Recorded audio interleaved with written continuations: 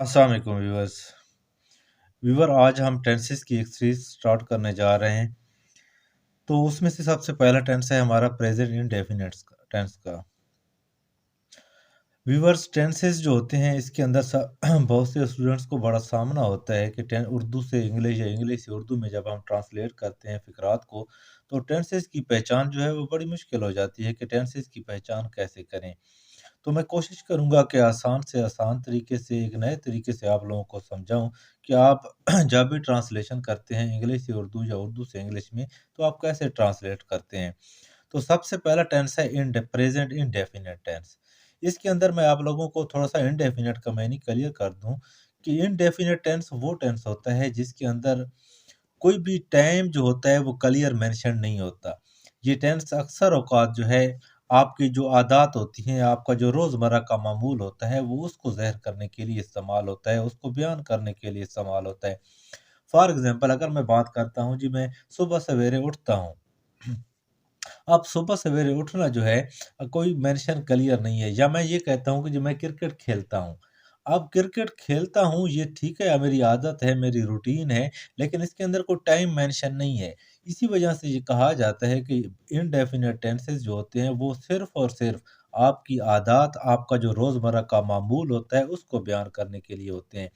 अगर मैं क्रिकेट खेलता हूँ, इसी टेंस को अगर मैं कंटीन्यूअस के अंदर लेकर जाऊँगा तो क्लियर हो जाएगा कि जी मैं क्रिकेट खेल रहा हूँ। अगर मैं परफेक्ट में लेकर जाता हूँ तो क्या है जी, मैं क्रिकेट खेल चुका हूँ, यानी मैं एक काम मुकम्मल कर चुका हूँ। तो इनडेफिनिट के अंदर जब भी फ़िक्र आएगा तो वहाँ पर आपको टाइम मेंशन नज़र नहीं आएगा। वो सिर्फ़ और सिर्फ़ आपकी आदत को बताएगा, आपका मामूल बताएगा। मैं खाना खाता हूँ, कब खाता हूँ कुछ नहीं पता। मैं स्कूल जाता हूँ, कब जाता हूँ कुछ नहीं पता। तो इनडेफिनिट टेंसेस वो टेंसेस होते हैं जिसके अंदर सिर्फ़ और सिर्फ़ आदात को, आपके रोज़मर्रा के मामूल को बयान किया जाता है। तो आइए शुरू करते हैं प्रेज़ेंट इंडेफिनिट टेंस। इंडेफिनिट्स की डेफिनेशन मैंने क्लियर कर दी कि ये कोई मुअय्यन टाइम नहीं होगा, यानी गैर मुअय्यन टाइम होगा इसके अंदर। जब हम टेंस को आइडेंटिफ़ाई करते हैं तो टेंस की आइडेंटिफ़िकेशन चाहे वो इंग्लिश का फ़िक्रा हो और चाहे वो उर्दू का फ़िक्रा हो। इंग्लिश के फ़िक्रे के अंदर अलग रूल है, उर्दू के फ़िक्रे के अंदर इसका अलग रूल है। एक बात व्यूअर्स याद रखें कि जब भी प्रेज़ेंट इंडेफिनिट के अंदर या प्रेज़ेंट का कोई फ़िक्रा होगा, वो आखिरी जो 2 अल्फ़ाज़ होते हैं वो उर्दू के फ़िक्रे के अंदर टेंस की पहचान होते हैं। लेकिन आखिरी जो लफ़्ज़ होता है, वो ज़्यादा जो है वैल्यू रखता है, ज़्यादा पहचान रखता है कि टेंस जो है वो प्रेज़ेंट से है, पास्ट से है या फ्यूचर से है। अगर प्रेज़ेंट से होगा तो आप इतना सिर्फ़ याद रखें कि है, हैं या हूँ को। यानी मैं क्रिकेट खेलता हूँ। अब इससे जो पीछे वाला लफ़्ज़ अब आ रहा है कि खेलता हूँ, तो उसके अंदर ता हूँ आ रहा है। तो आप याद रखिएगा कि जब भी फ़िक्रे के अंदर आदत बयान होगी, आपका मामूल बयान होगा और आखिरी लफ़्ज़ जो है हूँ या है या हैं होगा, तब वो क्या होगा, प्रेज़ेंट इंडेफ़िनिट का फ़िक्रा होगा। उसके बाद जो है इंग्लिश के अंदर हम उसकी आइडेंटिफ़िकेशन कैसे करते हैं कि इंग्लिश के अंदर फर्स्ट फ़ॉर्म ऑफ वर्ब जो होती है वो प्रेज़ेंट टेंस की पहचान होती है। फर्स्ट फ़ॉर्म ऑफ वर्ब, सिर्फ़ फर्स्ट फ़ॉर्म को आप लोगों ने याद रखना है कि वो प्रेज़ेंट टेंस की पहचान होती है। उर्दू फ़िक्रे के अंदर है, हैं या हूँ को मैं आगे समझाऊँगा कि फर्स्ट फ़ॉर्म ऑफ वर्ब जो है वो उसको किस तरह प्रेज़ेंट की पहचान होगी, या है, हैं या हूँ किस तरह प्रेज़ेंट टेंस की पहचान होगी। तो इंडेफिनिट टेंस के अंदर क्या होता है कि फर्स्ट फॉर्म के साथ एस या ईएस का एस या ईएस का जब इस्तेमाल हो जाता है किसी फॉर्म के साथ, तो वैसे भी ये पाँचवीं वर्ब बन जाती है, पाँचवीं फॉर्म ऑफ वर्ब बन जाती है। तो फर्स्ट फॉर्म ऑफ वर्ब और उसके साथ हम एस या ईएस का इस्तेमाल करते हैं। व्यूअर्स, यही वाहिद टेंस है या इसके साथ पास्ट इंडेफिनिट टेंस एक और टेंस है, 2 टेंसेस हैं जिनके अंदर जो है कोई हेल्पिंग वर्ब आपको नज़र नहीं आएगा। सिंपल सेंटेंस के अंदर ये वाहिद 2 टेंसेस हैं जिनके अंदर आपको कोई हेल्पिंग वर्ब नज़र नहीं आएगा, चाहे वो प्रेज़ेंट इंडेफिनिट है, चाहे वो पास्ट इंडेफिनिट है। हम कोई ना कोई हेल्पिंग वर्ब उधार लेते हैं जब हम इसका इंटरोगेटिव या नेगेटिव सेंटेंस बनाते हैं।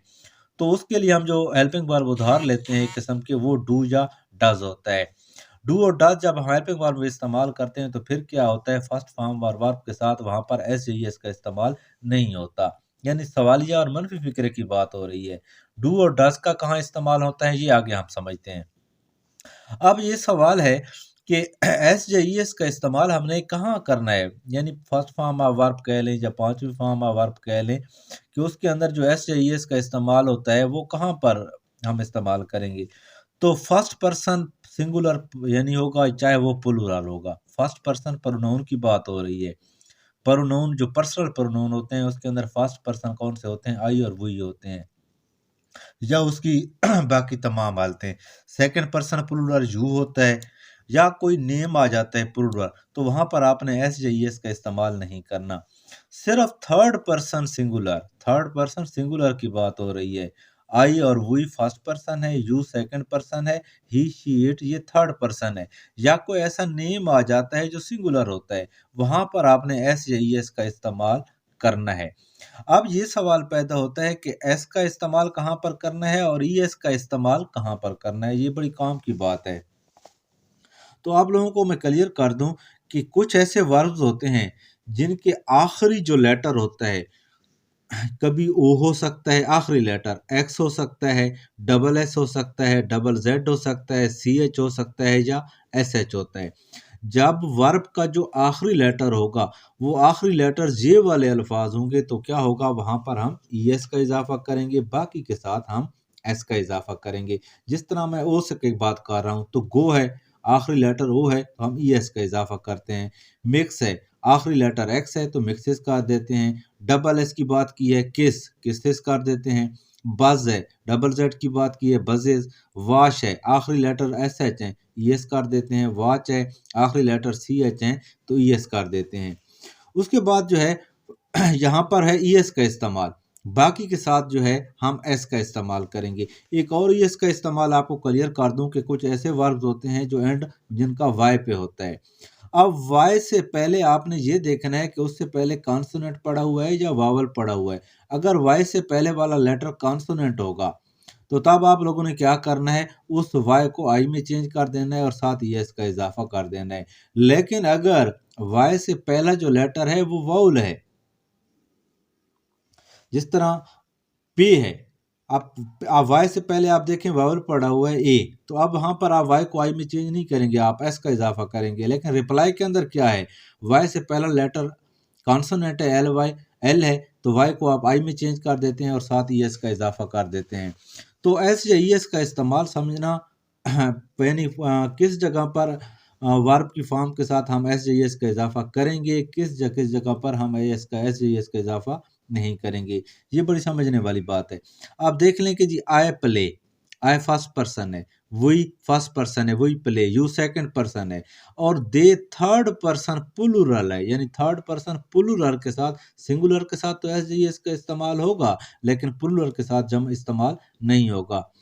तो फर्स्ट पर्सन, सेकंड पर्सन या प्लूरल आ जाती है फॉर्म, चाहे नाम आ जाते हैं चाहे वो प्रोनाउन आ जाते हैं, तो वहां पर आपने क्या करना है, एस का इस्तेमाल नहीं करता। थर्ड पर्सन के साथ देख लें, ही शी इट है, या नाम एक पड़ा हुआ है सिंगल, तो यहाँ पर आप देख लें कि फर्स्ट फॉर्म ऑफ वर्ब के साथ हमने एस का इस्तेमाल किया हुआ है। उसके बाद है डू या डस का इस्तेमाल। First person singular, second person singular या दे है, या नाम आ जाते हैं और वो जमा की प्लूरल फॉर्म में होते हैं, तो वहां पर आपने डू को इस्तेमाल करना है। और थर्ड पर्सन सिंगुलर के साथ आपने क्या करना है, डज का इस्तेमाल करना है। और उसके बाद जो है सवालिया और मनफी फिक्रे के अंदर जब आप डज लगा देते हैं बतौर हेल्पिंग वर्ब, तो फर्स्ट फॉर्म ऑफ वर्ब के साथ आप एस का इस्तेमाल नहीं करेंगे। उसकी वजह क्या होती है कि एस जो है वो इस डू के साथ आ जाता है, डज के साथ इस्तेमाल हो जाता है। तो डज असलम प्ले, आप देख लें कि असलम सिंगुलर है, नेम है, लेकिन अगर सिंपल फिक्रा होगा तो क्या हो जाएगा, असलम प्लेस। जब इसके साथ सवालिया बनाएंगे तो इस प्लेस के साथ वाला एस इधर आ जाएगा। तो यहाँ पर जो पॉइंट याद रखने वाला है, वो याद रखने वाली सिर्फ इतनी सी बात है कि उर्दू के अंदर आप प्रेजेंट टेंस की पहचान कर रहे हैं तो उर्दू के अंदर प्रेजेंट टेंस जो होगा उसके आखिर में है, हैं या हूँ होंगे, और इंग्लिश के अंदर फर्स्ट फॉर्म ऑफ वर्ब इस्तेमाल होगी। ये दो बातें बड़े काम की हैं कि है, हैं या हूँ, और फर्स्ट फॉर्म ऑफ वर्ब। अब अगर फिक्रा जो है वो आपकी आदत को शो कर रहा है, उसके अंदर टाइम मेंशन नहीं है, तो वो प्रेजेंट इंडेफिनिट का हो जाएगा। मिसाल के तौर पर मैं क्रिकेट कहता हूँ, मैं क्रिकेट खेल रहा हूँ, तो इट मीन जब मैं काम का जिक्र कर रहा हूँ तो उस वक्त मैं काम कर रहा हूँ। तो वहां पर टाइम मेंशन हो जाता है। मैं काम कर चुका हूँ, इट मीन्स मेरा काम मुकम्मल है। जहाँ पर आपकी आदत शो नहीं हो रही। मैं काम करता हूँ तो ता है, ती है, ये कह लें कि प्रेजेंट इंडेफिनिट की उर्दू में पहचान होती है, और फर्स्ट फॉर्म ऑफ वर्ब ये इंग्लिश में पहचान होती है। हेल्पिंग वर्ब हम डू और डज ले लेते हैं। डू को कहाँ पर इस्तेमाल करते हैं? फर्स्ट पर्सन, सेकंड पर्सन, या प्लूरल नाउन, या प्लूरल प्रोनाउन, और थर्ड पर्सन प्लूरल प्रोनाउन, वहां पर डू को इस्तेमाल करना है। और third person single he she it, और नाम वाहिद होगा तो उसके साथ हमने डज का इस्तेमाल करना है। तो मुझे उम्मीद है कि आप लोगों को मेरे इस लेक्चर की समझ आ गई होगी।